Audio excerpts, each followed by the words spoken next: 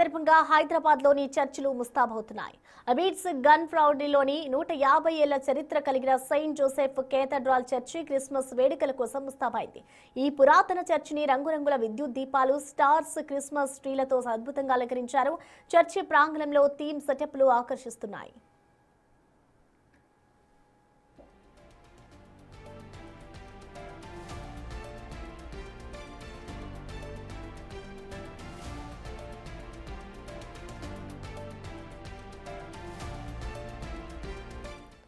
మరింత సమాచారం మా ప్రతినిధి అంజుమా అందిస్తారు.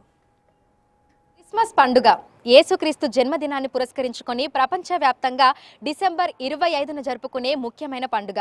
ఈ పండుగ ప్రేమ, కరుణ, శాంతి వంటి అంశాలకు ప్రతీక.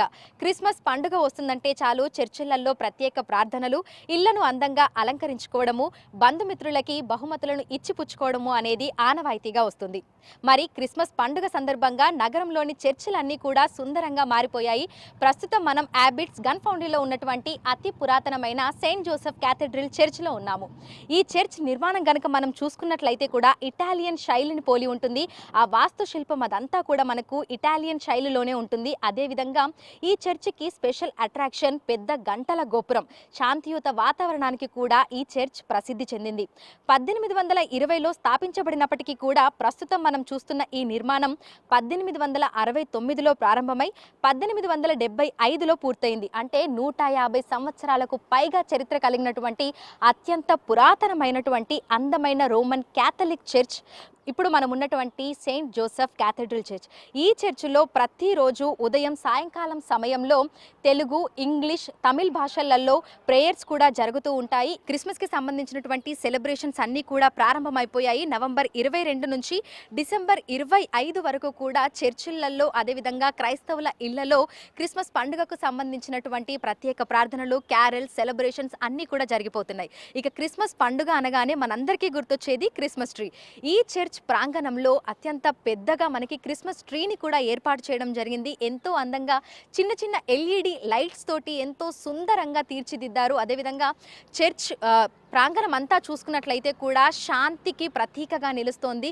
అనేక మంది అబీడ్స్ గన్ ఫౌండరీ పరిసర ప్రాంతాల్లో ఉన్నటువంటి అనేక మంది క్రైస్తవులు ఇక్కడికే వచ్చి ప్రత్యేక ప్రార్థనలు కూడా నిర్వహిస్తూ ఉంటారు. ఇక డిసెంబర్ 25వ రోజున క్రిస్మస్ పండుగ. ఈ పండుగకి సంబంధించి అర్ధరాత్రి నుంచే ప్రత్యేక ప్రార్థనలు ప్రారంభం అవుతాయి అనేది కూడా ఇక్కడ ఉన్నటువంటి క్రైస్తవులు చెప్తున్నటువంటి మాట. సాధారణంగా మనకి ఉదయం సమయంలో చాలా చర్చిలలో ప్రత్యేక ప్రార్థనలు జరుగుతూ ఉంటాయి. కానీ ప్రజెంట్ మనం ఉన్నటువంటి కేథడ్రల్ చర్చిలో ఈరోజు సాయంకాలం అంటే డిసెంబర్ 24వ తేదీ సాయంకాలం 5 గంటల నుంచే చర్చిలో ప్రత్యేక ప్రార్థనలకు సంబంధించినటువంటి అరేంజ్మెంట్స్ అన్నీ కూడా పూర్తయిపోతాయి. క్రైస్తవులందరూ కూడా రావడం ప్రారంభించేస్తారు.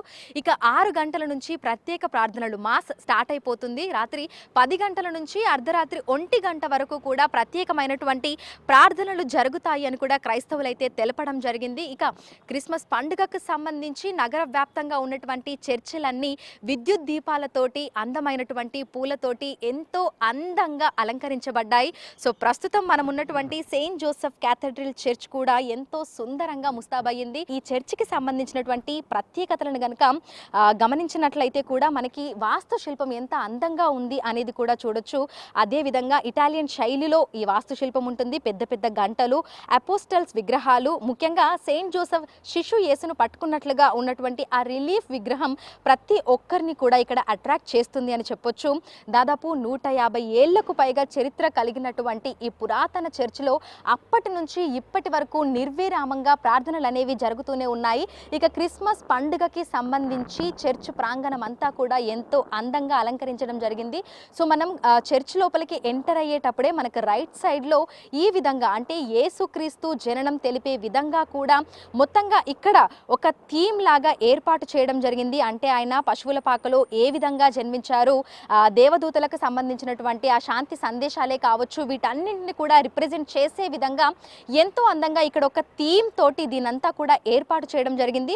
సో డిసెంబర్ 25 క్రిస్మస్ పండుగ తర్వాత మనకి న్యూ ఇయర్ ఈవ్ అనేది వస్తుంది. సో న్యూ ఇయర్ ఈవ్ సెలబ్రేషన్స్ అవన్నీ అయిపోయిన తర్వాత 3 కింగ్స్ ఫీస్ట్ అనేది ఉంటుంది. సో ఒకసారి మనం అక్కడ చూడొచ్చు, మనకి 3 కింగ్స్ కనిపిస్తున్నారు. సో ఈ 3 కింగ్స్ మనకి జీసస్కి అంటే బాల జీసస్కి వీళ్ళు గిఫ్ట్లు కూడా ఇవ్వడానికి జరుపుకోవడానికి వస్తూ ఉంటారనేది కూడా ఇక్కడ ఉన్నటువంటి క్రిస్టియన్స్ చెప్పినటువంటి మాట. సో క్రిస్మస్ పండుగ తర్వాత న్యూ ఇయర్ వస్తుంది. న్యూ ఇయర్ తర్వాత మనకి 3 కింగ్స్ ఫీస్ట్ అనేది జరుగుతోంది.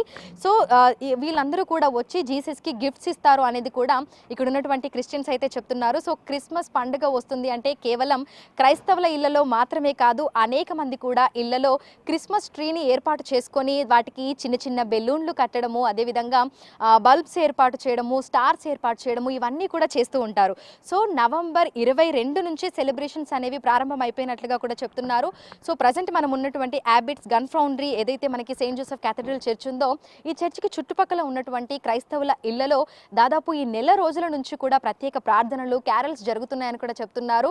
ఇక్కడ మనకు చర్చ్ నుంచి ఒక బృందం వెళ్ళి క్రైస్తవుల ఇళ్లలో సాయంకాలం నుంచి రాత్రి వరకు క్యారల్స్ కూడా నిర్వహిస్తూ ఉంటారని చెప్తున్నారు. సో కేక్ మిక్సింగ్ ఈవెంట్స్తో పాటు ఇళ్లలో క్యారల్స్ పాడుకోవడము, ప్రత్యేక ప్రార్థనలు చేసుకోవడము, ఆ యేసుక్రీస్తుని స్మరించుకోవడము, వీటన్నింటిని కూడా చేస్తూ ఉంటారు. సో క్రైస్తవ సోదరీమణులు అందరూ కూడా క్రిస్మస్ పండుగను ఎంతో జాయ్ఫుల్గా జరుపుకోవడానికి సిద్ధమైపోయారు. ఇక నగరంలో ఉన్నటువంటి చర్చిలన్నీ కూడా అందుకు ముస్తాబైపోయాయి. విడుదల శ్రీకాంత్, అంజుమ, బిగ్ టీవీ, హైదరాబాద్.